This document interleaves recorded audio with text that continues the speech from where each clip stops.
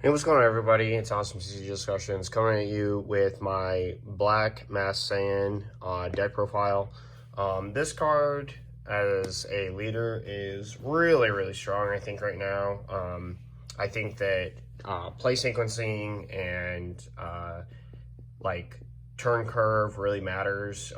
Your awakened turn can be super powerful, and so you can just really either beat the brakes off people and just completely avalanche out of control. And if they don't have good removal, they kind of suffer to you, and simultaneously you can play very defensively.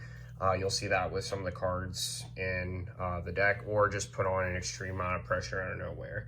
I think this deck has a spot in the meta.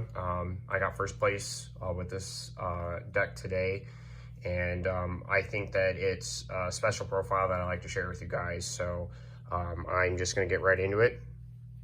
So Black Mass Saiyan, it's an older leader. People may not know what it does.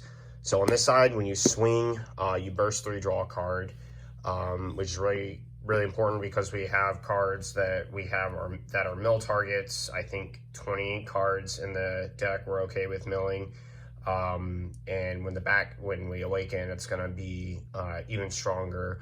And on it's 4 less life to awaken. And then on this side, this is when your leader awakens, the Power Thirst Black Mass Saiyan. It has an activate main, it bursts 3, it gives your leader 5k, and then you can choose a battle card, a black battle card with an energy cost of 3 or more, and add it to your hand. Super duper powerful. This leader just being able to pick up your SCR or any big overwhelm piece or other big power play is just incredible. It only gets black cards, so you can't add Champa back, but you can absolutely pick up some of the most powerful cards that this deck has straight out of the drop area before you overwhelm, and that's just really huge. So let's get into it. You saw it already. We play 4-time Agent Trunks. This is pretty much all that we play from the Vegeta package. We play the Trunks, we play the Kai, and then we play the Time Agent Vegeta. We play these 12. We don't play the Unison because honestly, in testing, this is my wife's deck, and I made a couple changes and decided to take it because I think that it's really good. The Unison in testing was just a little bit lackluster because pitching your card to give it 15k was a little bit weird, and then you never really got its -4 ability, so it just felt a little bit backwards to play. However, these 12 are just great. A pressure piece, self-awakening / defense, and extra combo. Not a lot to say that this should just be kept in the deck, and we're totally fine with that because we're going to see these cards fast. We're only playing a 50 card list, so we see these cards consistently, and it just feels so good to hit these cards and see them. So yeah. Next, to continue on with our mill strategy, we play Ravager Vegeta. So this card is absurd in the deck. What it does is you overwhelm it for 3, and then it bursts 3 off the top of your deck. So it hits more of these cards and resets up your overwhelm. It's also a crit.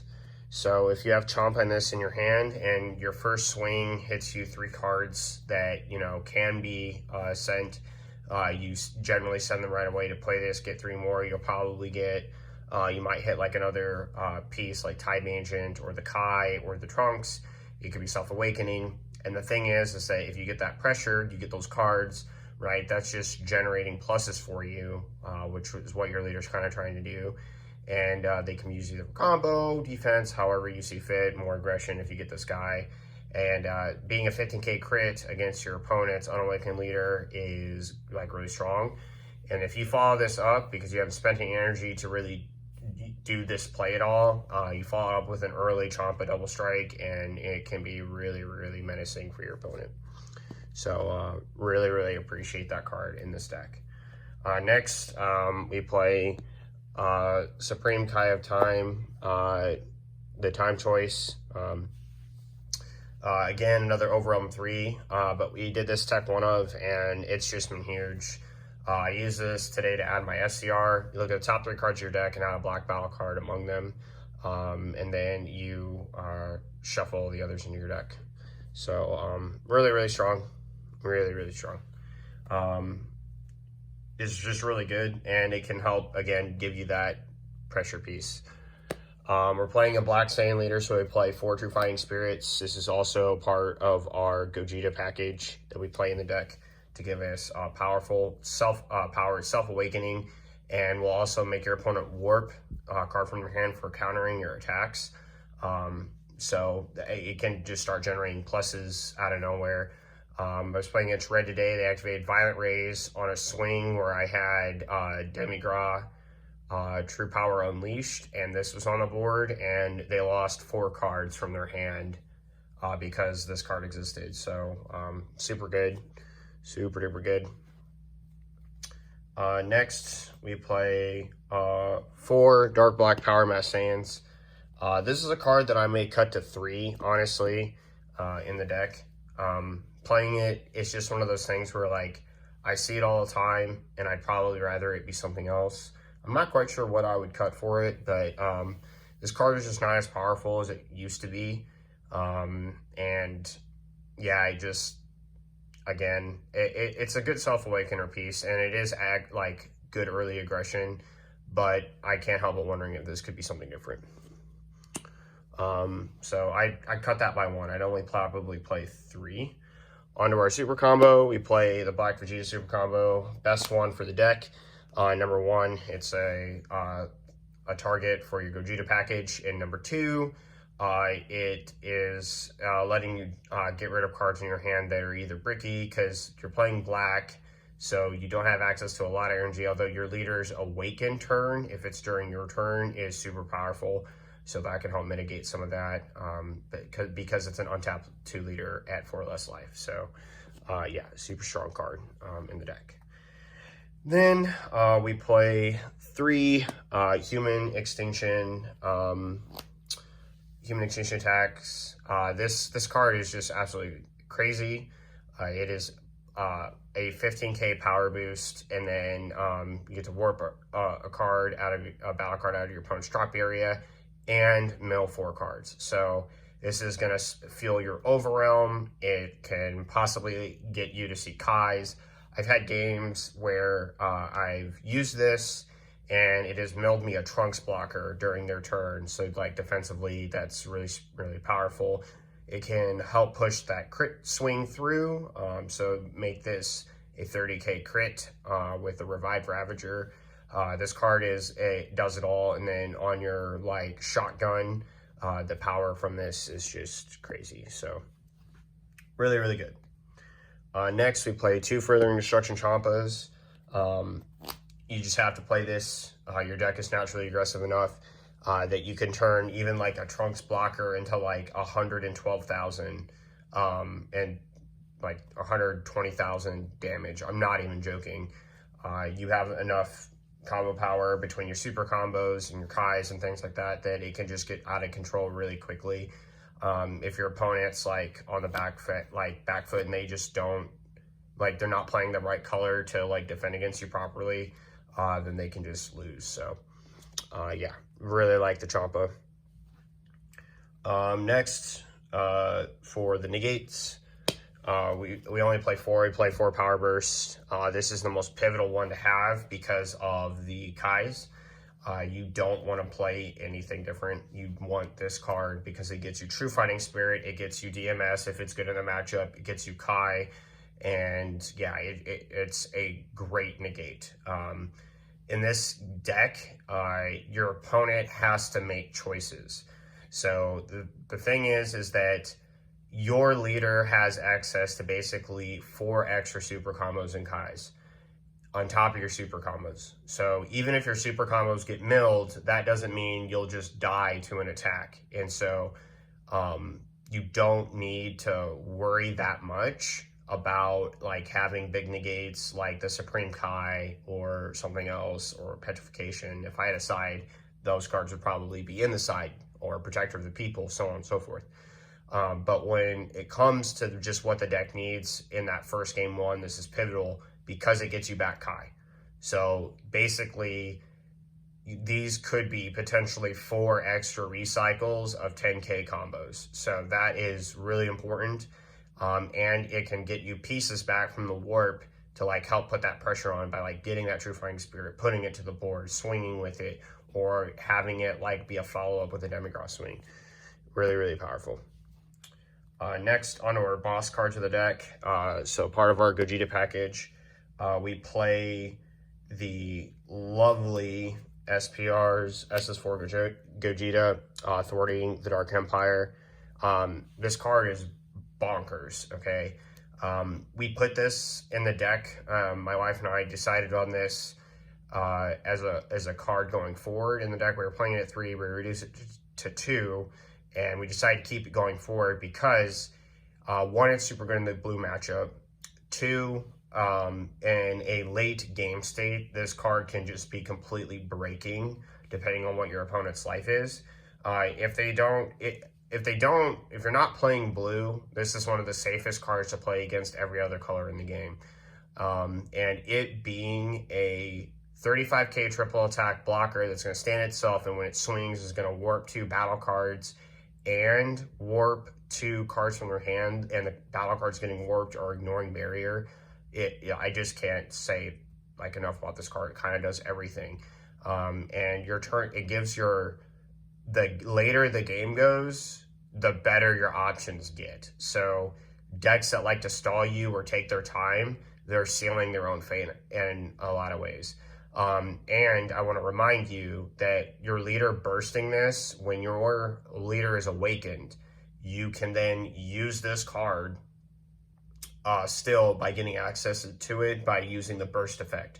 It doesn't have to be among the cards put in the drop area. It just has to be already in your drop area. So if this card gets put in the drop area, you're not missing it right away. Next, to our Gogeta package, we play 4 SS3 Thwarting, Dark Empire. Of course, we would play this card in here. We are an aggro deck. This card is a 25k double striker that is going to warp a card for 1 energy. There's not a lot to say, and you just can't beat that double strike pressure value. If they're at 2 life, you have this, and you can either shotgun this. And I was playing a game earlier in test against Gogeta Xeno. I beat it 2-1, and this card, like they got down to 2, and I put this card on the board, and I had like 7 cards in hand with 3 energy up and a Champa, and I swung. They decided that they were gonna overcombo and stop this. I used my leader ability, get a card back from my drop area, and then I swung with my leader and shotgunned my leader up to like 115,000 double strike. And that's just one of the power plays of the deck. And it's like, well, if I negate that, then your Vegeta that just got played off of you milling, or another Overwhelm play because I put Fighting Against Fate on the board. It's like, which one do I like tend to? It's like, yeah, you just kind of lose. So, and decks that tap out against you, you feel super safe, super duper safe. Next, we play 3 Demigra, True Power Unleashed. This card is insane in the deck. You can play it very easily on turn 2, and if you're playing against an aggressive deck and they've got you down to 4 life, this card is free. So, yeah, like this card puts on so much pressure. It and True Fighting Spirit are really backbreaking in a lot of ways. So I just really think that this is one of the most powerful cards in the game. It's one of the signature cards of Dark Rally too. So yeah. Next, we have 2 one-ofs. We have SS4 Bardock Fighting Against Fate, and then Dark, is it just Mass? Yeah, it's Mass Saiyan Brainwash No More. Both of these cards are very good tech cards, and when you see the SCR, you'll understand why. But these cards, like do I need to talk about the free dual attack 25k? This card should be banned. And then this card is just a really good one of tech when you know that you're going to play against a deck that wants to strike you out of existence with like a triple or a double. I was in the finals today. I was playing against the set 15 Red Brawly, and he shotgunned his leader swing up to 120,000 double strike. And then I just like played Brainwash No More, and that was the end of that. So, you know, like I had 2 life left. I crit a life and I couldn't take damage, and that was it. So, yeah, really, really, really strong. And then our SCR is Rebellu, Demigra Secretary. This is the best card in the deck for a number of reasons. This could also be Kai. I probably would not play Pan because you're an aggro deck. So this is a 40k double striker that is also a blocker. She's going to get you 2 overwhelm cards, which is extra pressure. If you have thwarting, you can play thwarting. You can play it off of it. I mean, the cards it plays are ridiculous, guys. Like, I said this with like Dark Brawly. It's like pretty much the same. You can play any of these cards off of it, and just have that extra swing pressure piece. And then on your opponent's turn, it's very defensive because you contribute it to negate one of your opponent's attacks. So these cards, if you end up using them, like these 2 over here, you can end up using them defensively. And then this is already on top of all your other pressure. I'm gonna slide these over so it's a little bit more spaced out. But basically, like, her being able to play this cast of cards is really, really strong. And so she just really like sets your deck up for the finishing punch. If already one of these is on board, her being able to grab it, and if you had like thwarting and this, and then play down thwarting while one is already on the board, like, I mean, barring like violent raise or some nonsense, you're just going to win. So this deck can just pull on a lot of pressure insanely, and Rebellu just gives you that offense, and then if they can stop it with like a violent raise, then she's defense with all the negates. So just yeah. But yeah, like not enough to say about this card. It's really, really good. So that pretty much does it for my first place Dark Black Power Mass Saiyan deck. The Mass Saiyan leader is really, really good, guys. I don't think Vegeta is better than this. I think that this is the black leader to play as much as Black Saiyans are, unless you're considering Gogeta Xeno. But this deck has a good matchup against Gogeta Xeno because basically it's defensive enough with what you have in the deck to be able to like really make your combo trades better. So like having the Kai, if you think about this, like Gogeta Xeno is as much of a random deck as this one, except for this guy is going to get you Kais, okay? And then if you think about the trade value of that, you're both randomly like hitting and milling super combos. But the difference is that this card, if it hits its super combos off of whatever, it's going to be able to get other super combos back, both with the Powerburst and with its mill effects. So you have that consistent pressure or defense, depending on whatever you need. And then when it comes to like other decks that you just need to go all in, you're just very aggressive. So let me know what you guys think about this down in the comment section down below. I'm going to put together Dark Brawly for you guys and get some sequencing up and running. Give me a bit to reflect on the list just so I can get some play lines and stuff set up for you guys and you can see the profile for yourself. But yeah, that's pretty much it. Thank you guys for watching, and I will see you next time. This is Awesome TCG Discussions, signing off. Laters.